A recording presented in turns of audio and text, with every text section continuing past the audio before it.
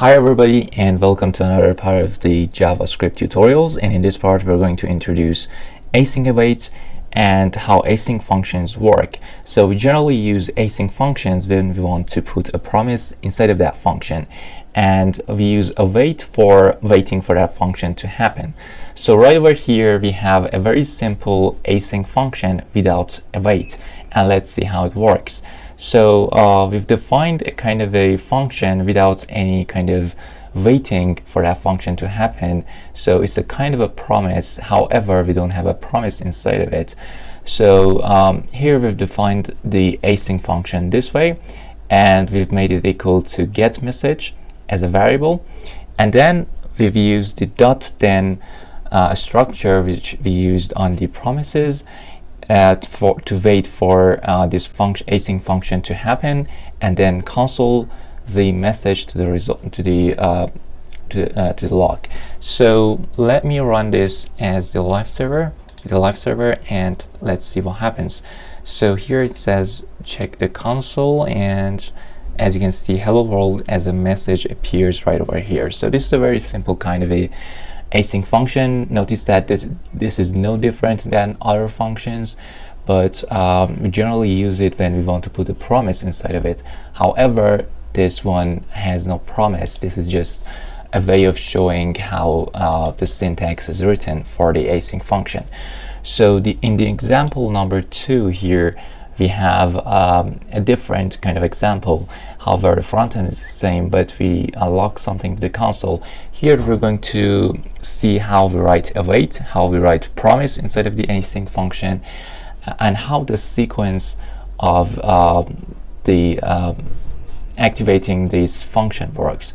So as you can see, we've called the function, which is get message, right? And afterwards we have logged some of the messages to the console, but we're going to see in what sequence these functions are going to be operated. So you might say that first of all get message and then console.log, but let's see what happens there.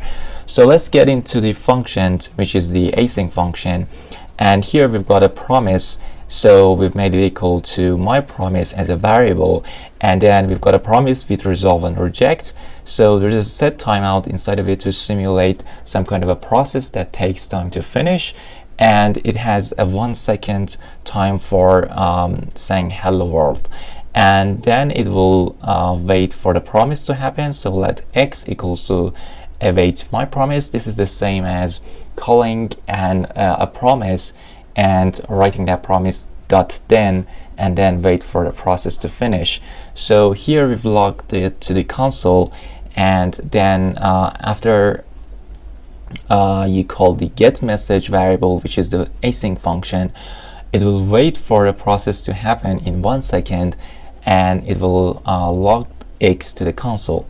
And then you might say that we have console.log welcome and console.log to async await test.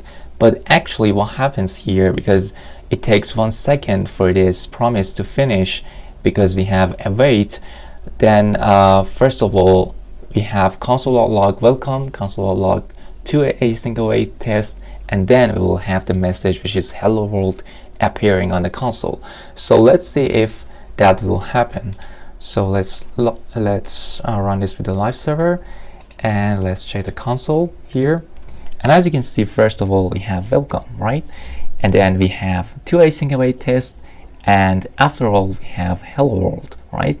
So why does this happen? The reason is it takes 1 second for this function to finish because this is an asynchronous function, and because that happens sometime, the line number 2 and 3 will be processing, and because they take no time to finish, and then after get message is completed we will have get message also happening. So this is all these 3 lines are happening parallel to each other, and if any one of them finishes sooner, they will be logged to the console, right? So here these two are in sequence because they're not asynchronous functions, but here get message is an asynchronous function. So as a result, we will see that it will appear afterwards these two other functions. So let's get to the example number 3. Here we have a mixture of two promises inside one asynchronous function. So here we've defined an asynchronous function asynchronous two-step promise. So it has two promises inside of it, and it will return it. But notice that this function right over here is not an async function. However, the name is asynchronous two-step promise. But here we've defined another async function, and notice that if you want to define an async function, you need to write async and then the name of the function and then function and then the name of the function, which is here display. So here it will display the contents of these two promises. And now let's take a look at the two promises. We have the first promise, which is going to represent welcome, and the second one, which has a set timeout, which is 4 seconds, and it says 2 JavaScript tutorials.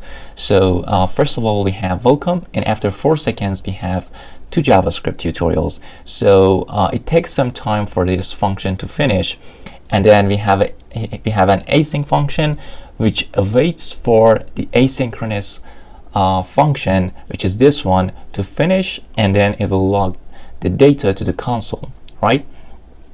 So here it takes some time for this asynchronous function to finish, and after we call the display function, which is an asynchronous function, it will show the results to the console. So it takes nearly 4 seconds for this function to finish.